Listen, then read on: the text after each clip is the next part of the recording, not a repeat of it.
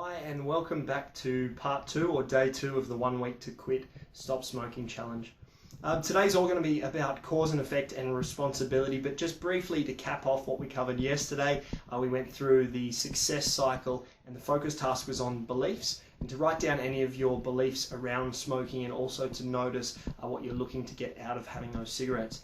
And what I'm going to do is I'm just going to quickly pop up on the screen some of the beliefs that other people have told me that they had about smoking in the past, so you can see if some of them may resonate or may be similar to yours. Here are some of the common beliefs which I've heard about smoking in the past. It helps relieve stress, it relaxes me, it fixes boredom, it's hard to quit, I'm addicted, or smoking makes me feel better after eating.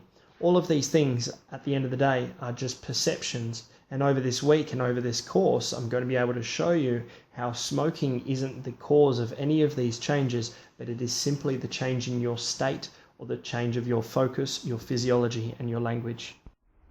Now, it is absolutely crucial to understand the elements of cause and effect. The law of cause and effect states we can either live out of two options. One, we're out of cause, which is in control, in empowerment, in choice of what's happening in our lives. And at the effect, we're living at almost the victim, the target, or the byproduct of life mentality. So in stopping smoking, it's very, very important for us to remain at cause or in control of our decisions, our choices, and where we choose to go. Sometimes we fall into a pattern of living at the effect, and we forget that we are, at the end of the day, the ones in control. Now, falling into this trap of thinking can become unconscious and ultimately hold us back. We must remain at cause or in the driver's seat of our lives at all times to overcome any challenges we face and to become smoke-free. So I'd just like to share a very quick metaphor around the law of cause and effect. Now, there was a lady one day and she lived in New York and she had to walk every day from point A to point B. Now, she had to walk every day from home to work, and this pattern was consistent over 16 years. She followed the same pattern every single day, to and from.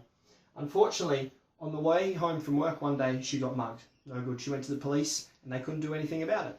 So she went back to point A, she went home and she sent some nasty letters off and jumped on Facebook, said some nasty things, saying basically that it was the police's fault that they didn't help her.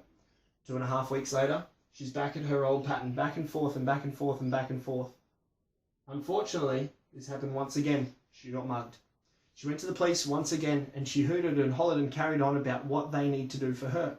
And unfortunately, once again, she went home. She jumped online. She sent some angry letters out, all these things.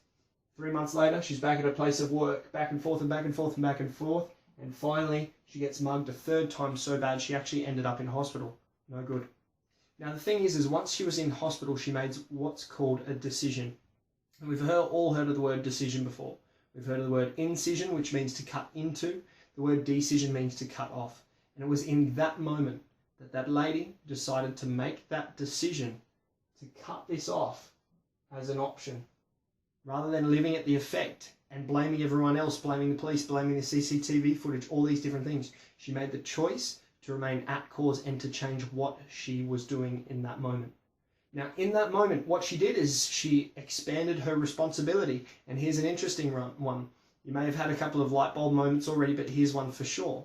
The word responsibility, if you cut it in half and flip it around, just means your ability to respond. And in that moment, she increased her ability to respond. She still needed to get from home to work every day, but this time she was responding in a completely different way. She was taking all these different options to get from point A to point B.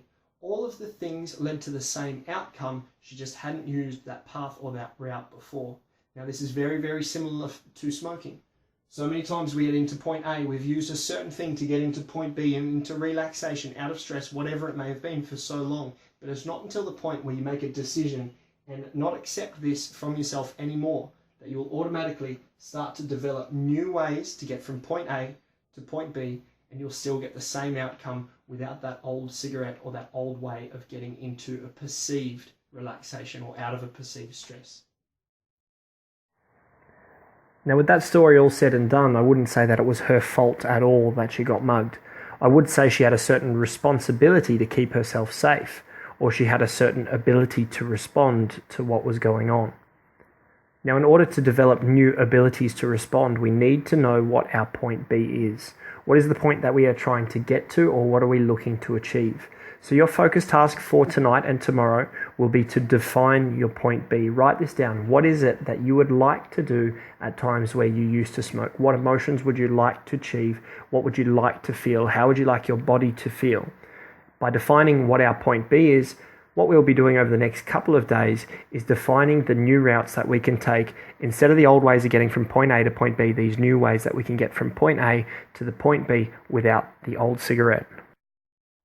So just the last thing that I'd like to cover for today, after speaking about cause and effect and also the responsibility or an ability to respond, is that for so long as a smoker, you may have been getting out of point A and getting into point B through using a cigarette. But here's the thing, even if cigarettes were just vanished off the face of the earth tomorrow, you'd always find your way from point A to point B. So you know that you can do it. You know that you can live smoke-free.